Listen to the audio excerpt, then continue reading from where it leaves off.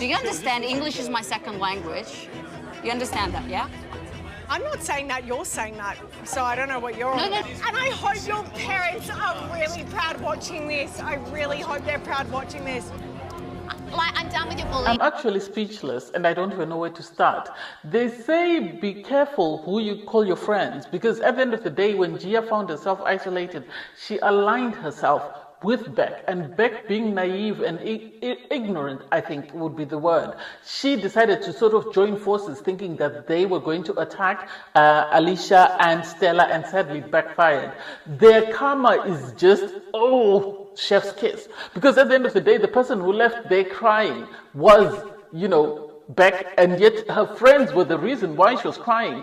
The people that she had aligned herself with, saying that we hate Alicia, we hate Stella, let's go after them. And suddenly they bit her. They bit her. And so now there's no justification for what happened there. And for you to have Brooke, who left her husband, come back and behave so appallingly, I don't even know where to start. It's embarrassing.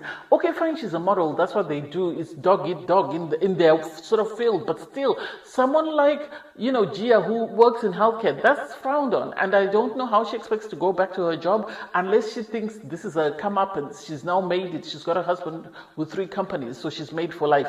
I can't wait to see this self-destruct. Anyway, hey there, thanks for stopping by. It's your girl Valerie. Welcome back to my channel. If you're new here, don't forget to subscribe, click the like button, turn on the notification bell for when I upload new videos, and definitely leave a comment. In this episode, I'll be reviewing Married at First Sight Australia, Season 13, Episode 12.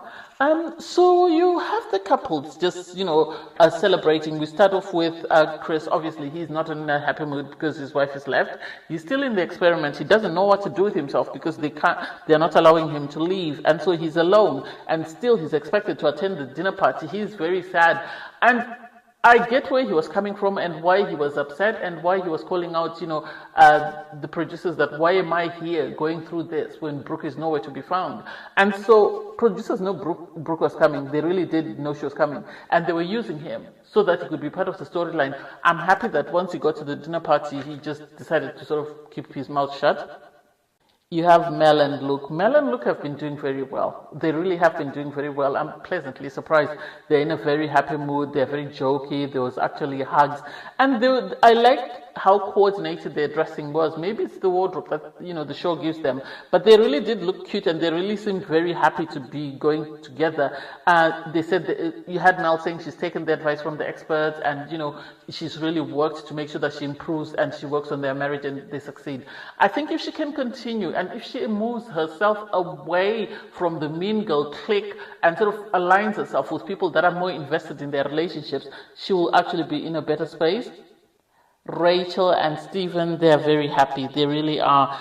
They worked on the tasks, obviously, including the case, which really made things very happy for them.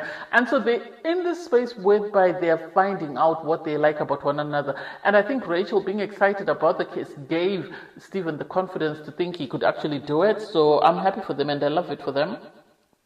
You have Beck having a conversation with her husband, Danny, saying we're the strongest couple, we're entering as the strongest couple, we're in the best space. And it's like, please.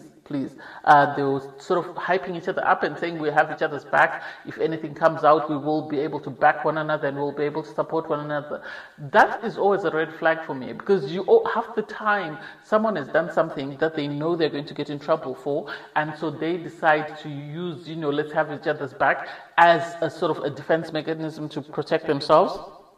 You have Rebecca. She was alone. She was in her apartment. She was alone. She was really sad. Obviously, this man left. He's in a different apartment. He refused to carry out the tasks. And so, she was questioning his reasons for being in the experiment. If he's not willing to work on the marriage, if he's not willing to make things work, I personally don't understand why he's there. It's not like he's young enough to be an influencer. It's not like he looks like an influencer. So the idea that he is refusing to sort of stay with his wife is too much for her. I think whether or not she came in with the idea of having success from it, yes, it's too much for her. on his part, Steve is saying, I am staying until the commitment ceremony, and then he's more or less saying his marriage is over. So I think he's buying time until the commitment ceremony. Then he'll just write leave, and he's hoping she writes leave as well, and the two of them can go on their merry way. I hope they do that. I really hope they do that. Like that woman from last season who said, my time 17 years wasted and stuff. I hope they do that. So I hope they pack their bags and go home. You have Philip and Stella. Philip and Stella in this happy bubble of theirs. They're trying to silence the noise. Obviously, there was the issue with the other wives, but they have chosen to take the higher road and sort of focus on themselves. Philip is just there to support his wife. Stella, on her part, feels some type of way because the wives have been terrible to her. Because I think Gia and Brooke came in thinking that they would be the ones with the successful couples, they would be the standout couples. So the idea that there are other people that are doing very well in the experiment is something they weren't banking on. And if it walks like a duck, looks like a duck, quacks like a duck, must be a duck. I called it when I said the problem Brooke has is she has a problem with the European lady and the black man who's married to a white woman. That's her problem. Because at one point she said, your parents must be proud to Alicia, and it's just like, that's a bit too much. Alicia is in her little bubble. Obviously, she knows that she's going to be confronted by Brooke, and so she is just trying to mind her own business. She's got a very supportive husband. David is just saying to her, don't worry about everybody else. It's just you and me. We go in, we do our thing, and we go home. And I really love this for them, but I'm really sad that they are having to face this. This shines a light on interracial couples, because the idea that, Alicia is having to sort of navigate that on national TV, and someone doesn't have the bandwidth to realize that what I'm doing is not a good look. I don't get it. You have Gia and Scott. Gia's feeling some type of way because she says, my ride or die is not here, so I have to find a new alliance and find someone sort of to sort of keep me company because I don't like the other ladies. Gia is a follower. She had a lot of insecurities in high school, I think or in school. I remember she's the one who said she was bullied. And I think this is why she had all that work done. Sadly, instead of wasting money on having work done on her body, she should have started with her mind. She should have had something done to her mind, because it's not a good look for her to be looking for people to sort of align herself with. Anyway, everybody gets in the cars to go to, the dinner party. The experts are excited because they can't wait to see who's coming in and what's happening with the couples as they come in. First to walk in is Gia and her husband, Luke. They were very happy. You had Alexandra say they were speaking highly of one another and how well they were doing in their marriage. If it's working for them, amazing. But I don't think it's as well as they are making it out to be. I think with time, once the spark, the sexual attraction wears off, they are going to implode. They really are going to implode, especially when they have to move in with her daughter and him, since he said he doesn't want children that are still, needing a parent to look after them. Rachel and Stephen, they were the next couple to walk in. Rachel was excited. She couldn't wait to tell someone that, she had shared a kiss with her husband. And I love that Gia and Scott actually applauded that and sort of congratulated them and sort of cheered them on. And so if they're happy, I love it. You had Beck walk in with Danny. And as soon as they walked in, there was this sort of thingy that was done by Gia that I didn't understand. The way she was too familiar around Danny. I think it later sort of made sense towards the end of the episode, but she was too familiar and too much into his personal space. So I was just side-eyeing her because I couldn't understand that since when did we become such close friends that we're in each other's personal space. You had Gia pull Beck for a conversation, and she was saying, I just want to sort of, make amends. And they made amends and mended bridges because Gia was a lost soul. She didn't have anyone to sort of call part of her clique, and she knew that Beck didn't like Alicia and Stella. And because of that, she decided to align herself because she had no one else since Brooke wasn't there. Luke and Mel were like day and night. They were very happy, they were giddy, they were excited. It was really a fresh of breath air to see them walk in, actually holding hands. They went, she poured him a drink, she poured herself a drink, and she was actually giggly and giddy. And even the experts were surprised that what's happened to Mel? She's had a personality transplant or something. Grayson arrived with Julia. Grayson and Julia for me are confusing because they had a confusing intimacy week, and so surprisingly now they're doing very well. And it's like, are we doing well or are we putting on a performance? To me it looks like a performance. It really does look like a performance because there's no way they would go from day to night like that. Rebecca walked in on her own. She was really sad because at the end of the day, her husband didn't walk in with her. She said they had a disagreement and he left and she felt disrespected. And it's like, I am surprised that nobody else has said every single thing that this man has said, because it's way worse than you think. It really is way worse than you think. You had David walking with Alicia. They looked cute. They really looked cute. And they were having, they look like a couple that has known each other since before the experiment. And I think this is the problem that the other girls are having. And the fact that she's a white woman who's married to a black man, I think is another issue that the couples are having, especially people like Brooke. Gia, not so much. I think Brooke is the one of the main problem. Stella walked in with Philip, and you could tell that the air changed because Gia had aligned herself with Beck, so now she had company to sort of hate on these two girls that are doing very well in their relationships. And it's like, it's not a competition, and it's not these girls' fault that your guys don't like you as much as their husbands like them. You can't blame someone just because their husband likes them more than, yours likes you. Steve then walked in. It was very tense and very awkward. You had Rebecca come and greet him. And so he then went and sat and was speaking to the other guys. And Rebecca was complaining bitterly that, he's a people pleaser. Why is he not calling me? He's supposed to be here for me. So how can he go and greet everybody else? The other guys were awkward around him because they know him. They've heard some of the things that he said about his wife. And I think they were in this uncomfortable space where they didn't know what to do.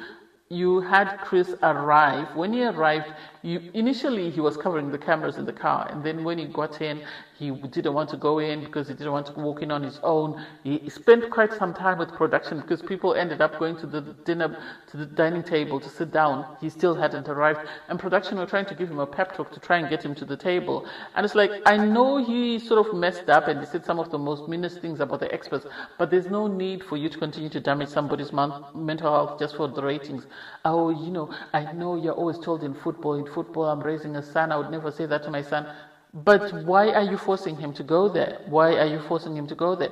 So everybody was excited because even though there was tension with Gia and Beck trying to look for some sort of way of provoking Ashley and Stella, everybody seemed peaceful. They all were sitting down and people were asking, where's Chris? Until Chris came out and then he sat down, everybody cheered him on.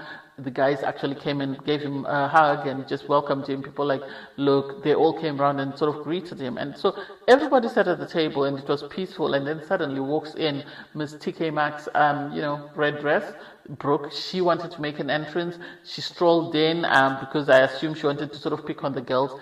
And I didn't like her. I think her attitude was appalling. As soon as she walked in, Gia jumped ship. She was so excited that her number one was there, so she completely abandoned ship when it came to Beck. And sadly, Beck didn't notice this because she had been sort of coerced into this group, whereby the group suddenly, once Brooke arrived, they decided to devour her whole. And it was really sad. The way Brooke went after the people, I didn't like it. I really didn't like it. Because she started going for Stella. And Stella said to her, you know that English is my second language. So if I speak to you slowly, just know that it's not my mother tongue. At times, you're busy sort of trying to make sense in your head. And so for Brooke to continue to talk, I love that Stella said to her, have you noticed how long you've been talking for? And I've barely said anything. And that was too much. It went over her head because I don't think Brooke is the sharpest tool in the box. The fact that you had her cheer squad, Gia, on the side sort of cheering that on and sort of encouraging it, everybody else was appalled. Until Alicia had to speak up and sort of say, girls, that's not it. As soon as she spoke up, they went after her. And then you had David sort of say to them, this is unacceptable. Oh, I hope, Alicia, you're proud. Your parents must be proud of you. And it's like, if it walks like a duck, looks like a duck, must be a duck. How can you come on national TV and show that you are one of those people that are racist? Seriously, I don't know what else to say. Because what other thing was she implying? Walks like a duck, looks like a duck, quacks like a duck, must be a duck. She didn't say that, or she didn't have that smoke for anybody else at the table. She didn't tell them that I hope your parents are proud. But the only person who's in an interracial relationship was the person that she could call out for that. Make that make sense. Make that make sense. And I'm surprised that nobody else called her out. I love that immediately Alicia turned to her husband and said, I'm here, I'm with you. Don't go out of character. Don't indulge in it. And she completely blanked Brooke out. And at one point, you had Brooke calling, Alicia, Alicia, Alicia. And Alicia wouldn't answer her. And then Brooke was saying, pass me a roll so that I can throw it to her. And it's like, why are you behaving like you're in high school? What do you stand to gain from this? And so the moment Alicia didn't entertain them, they decided to self-destruct. And they went after, because you had Danny say to them, it's enough. You girls need to stop. Oh, how dare you tell me it's enough? I have something that I can expose about you. And it's like, I don't get it. And if Becca is someone with common sense, this should be a teachable moment for her. If Gia was your friend, the moment you walked in, before you became friends, she should have pulled you aside and said, let's have a conversation before we get to the dinner party. And let me explain to you what's happened. Or she could have gone to her apartment and told her exactly what happened. But no, they were looking for blood and they wanted to embarrass someone and they ended up embarrassing somebody they called their best friend. And I don't know what's going to happen to Gia because Brooke is most likely not staying in the experiment. So if Brooke goes and Gia has been part of alienating Beck, who is she going to turn to? Because the otherwise don't want anything to do with her. You had Rachel already say, please let us try not be mean girls. Let us try and get along. It was oaks galore. Do I think Danny said it? Yes. I think he might have said she's my type. I wish he had owned up to it and said, yes, I did say she's my type. For him to say, look in my eyes, look in my eyes, he was intoxicated. He didn't know what he was saying. So I can't wait to see what happens at the commitment ceremony. Anyway, thanks guys for watching. Please don't forget to like, share, comment, and subscribe. Click on the link in my video to watch my review from episode 11. Bye guys.